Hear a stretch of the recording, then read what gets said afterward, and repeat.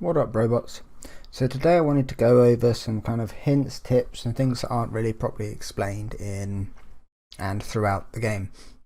Some of the things that I will be explaining are, they kind of get brought up in the tips? It's not a word.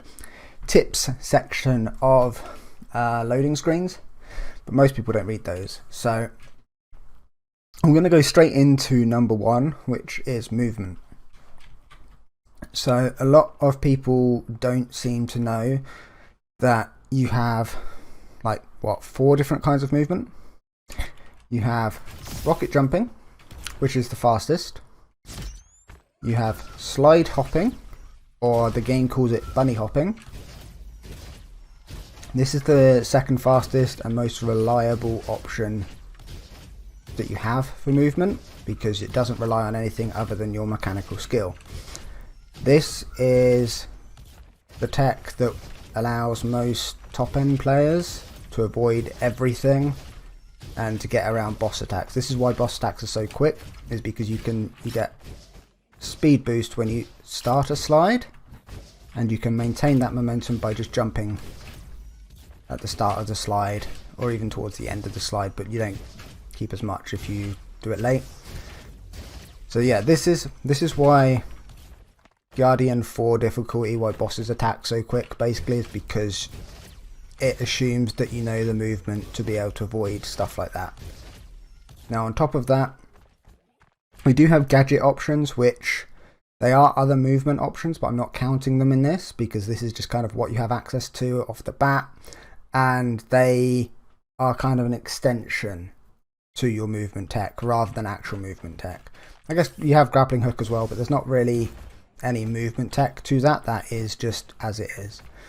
You then have rails, which move slightly quicker than your default running speed, but it is still slower than slide hopping. So if you have an option in a game to be riding a rail or to be slide hopping, you want to be slide hopping. Now obviously there are some gadgets that give you movement speeds after using a rail, so hopping onto one, coming off is a very good option. Short of that, as I said before, rocket jumping, if you can consistently rocket jump, the momentum keeps getting higher if you don't touch the floor. So if I was to rocket jump and then rocket jump again and rocket jump again without touching the floor, my momentum would keep going higher and higher, which is why the mine gun is amazing, and I might put in a mine gun clip, but if not, go watch one of my speedruns. Then you have just normal running. I have auto run on because it helps with everything. Basically, I would hate to have to press run every time to trigger it. It gives you, if you aren't running and you jump and then you trigger run in the air, it will actually give you more distance, so you have more momentum with sprinting. So having to press sprint, then slide, then jump, then I think you have to press sprint again because that would cancel your sprint. It's not realistic, and you just get a little bit more momentum if it's auto running in the air for you, and you'll always be getting as much momentum as you can. It doesn't really make puzzle rooms or anything like that much harder, because you just either shoot to cancel the sprint, use an ability, or just tap backwards so that you can accurately land. And then there's just walking, which is very, very slow, and I wouldn't ever really recommend it. I kind of do actually walk a fair bit in the game, because I've got to the point now where if I'm in a room and there's enemies, I'll just be concentrate on one, concentrate on the second, concentrate on the third, and then if I need to, I'll have bursts of movement, but for the most part I'm concentrating on just killing things as efficiently as I can. But these are definitely options that you want to learn. I'm going to throw in a clip now of an example of the difference between just running and just sliding, so you can see how much faster the slide tech actually is. I haven't bothered to do rocket jumping because it's a lot faster, and that's quite evident. And then after that we'll go on to the next tips. Cheers for watching.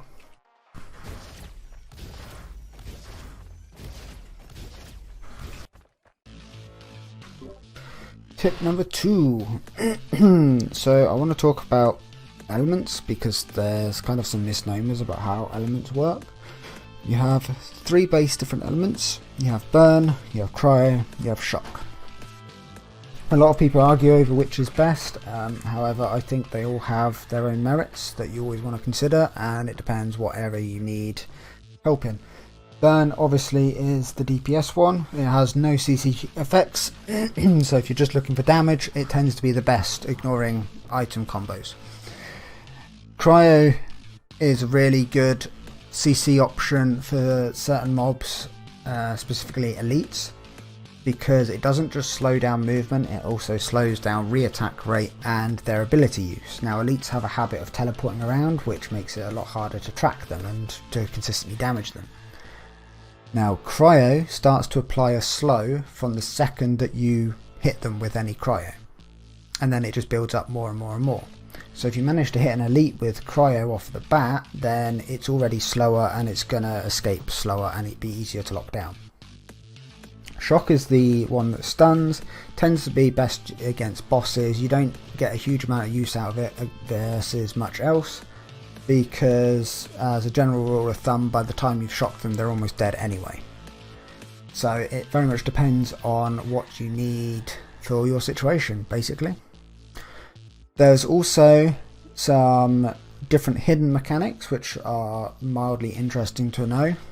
So if you put shock onto a weapon via an affix, then it will have less proc than if you have it innate on an ability, so like the Tesla rifle.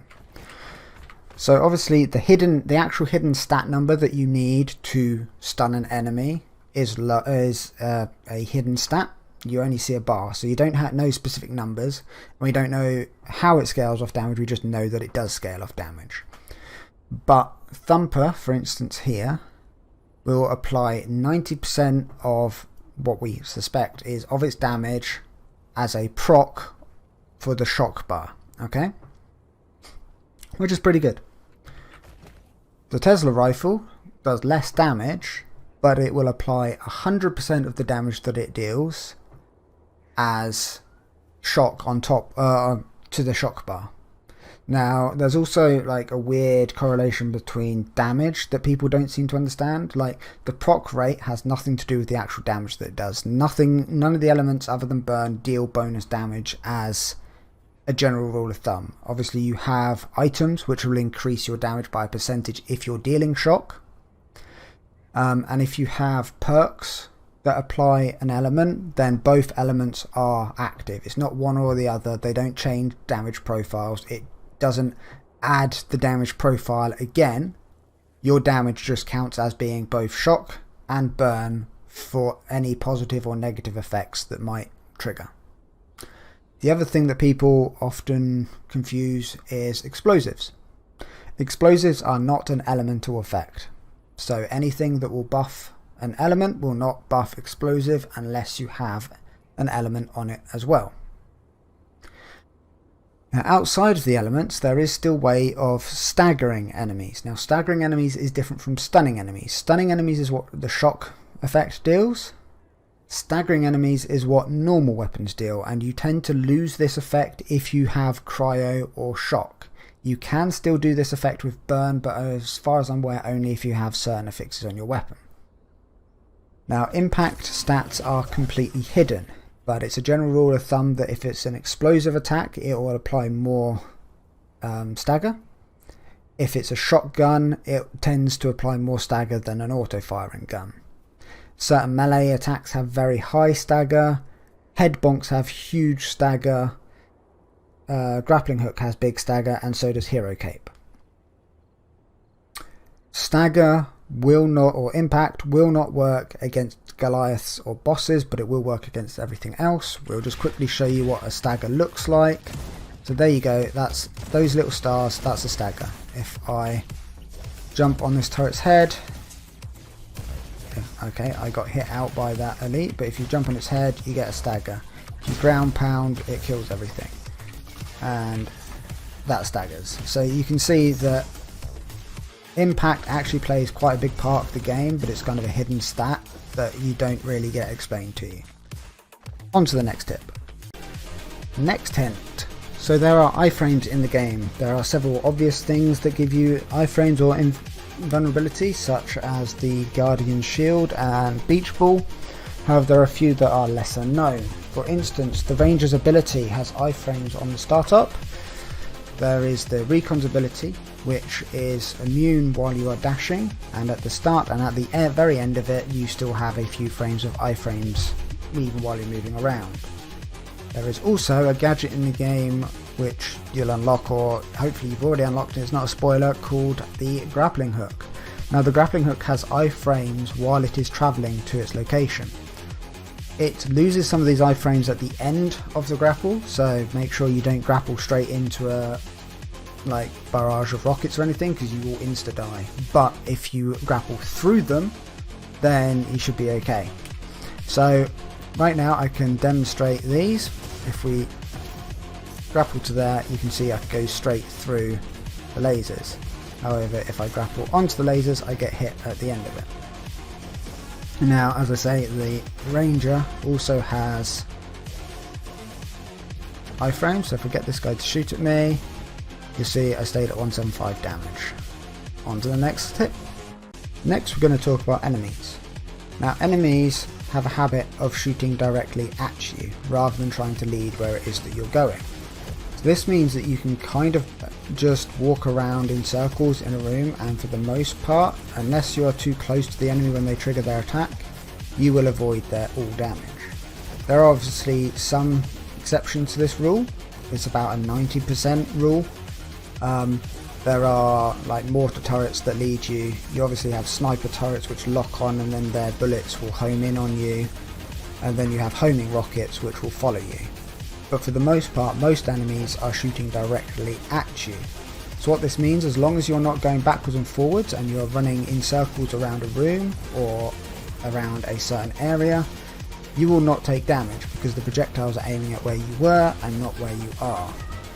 Now a lot of people have issues when they first come into this game, because they play it like they would a PvP game, and they try and AD strafe, just go back and forth in the same spot, and if you do that, all the bullets are coming straight at you. They also try to peek, but if you're peeking, then the shots are coming at where you were on the corner, and you step out back into the shots because they're also a bit slower.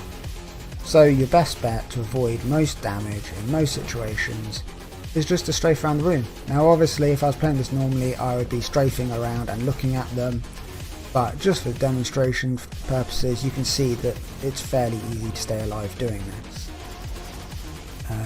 So yeah, that's that.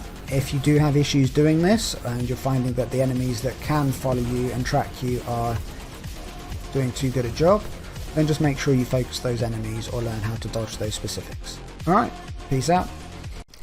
The last tip that I'm going to speak about is a completely hidden mechanic, which is the feels good luck system, I believe is what they call it in-house. It's a sweet little system to make it so that things like buckshot or freewheel or spear all have a more interactive and fun mechanic, rather than just a 15% chance, where if you got completely RNG'd, if it was pure 15% chance, then it would potentially not ever trigger throughout the run. Now how this works is, if you shoot a shot and it doesn't trigger, it then increases its chance to trigger by 5%, and this carries on going until it triggers, then it resets. So it can go up to 100% and give you guaranteed triggers, so you will always get triggers of this. There's no way that RNG will mess you up and never to give it you. And that's basically that. That's the whole mechanic in a nutshell. Nice, quick, easy, sweet mechanic. Layers. Just want to say one quick thing. It means a lot to me that so many people have been watching, and I've been getting a lot of positive feedback, and I really appreciate it. I personally don't feel confident with the way that I've been editing videos, so if you guys have any hints or tips, or would like to see anything specific in future videos, let me know and I'll try and incorporate it. I'm still trying to learn it, even though I've been doing it for 10 years, I'm still trying to learn how to do videos that are enjoyable to watch, not just listen to. I'm a speedrunner. I like to just put out raw footage of this is me playing the game well and be done with it. But people these days want nice, clean, edited info dump, but only 5 minutes long videos, which is fine, and I understand that and I respect that, but I don't know the best way to deliver that. So if you guys have any hints or tips on that, then I'm more than happy to swap Roboquest information for editing information. But let me know what I'm doing right, let me know what I'm doing wrong, let me know what I can do better, and hopefully we can grow together. Alright guys, thanks very much. Bye.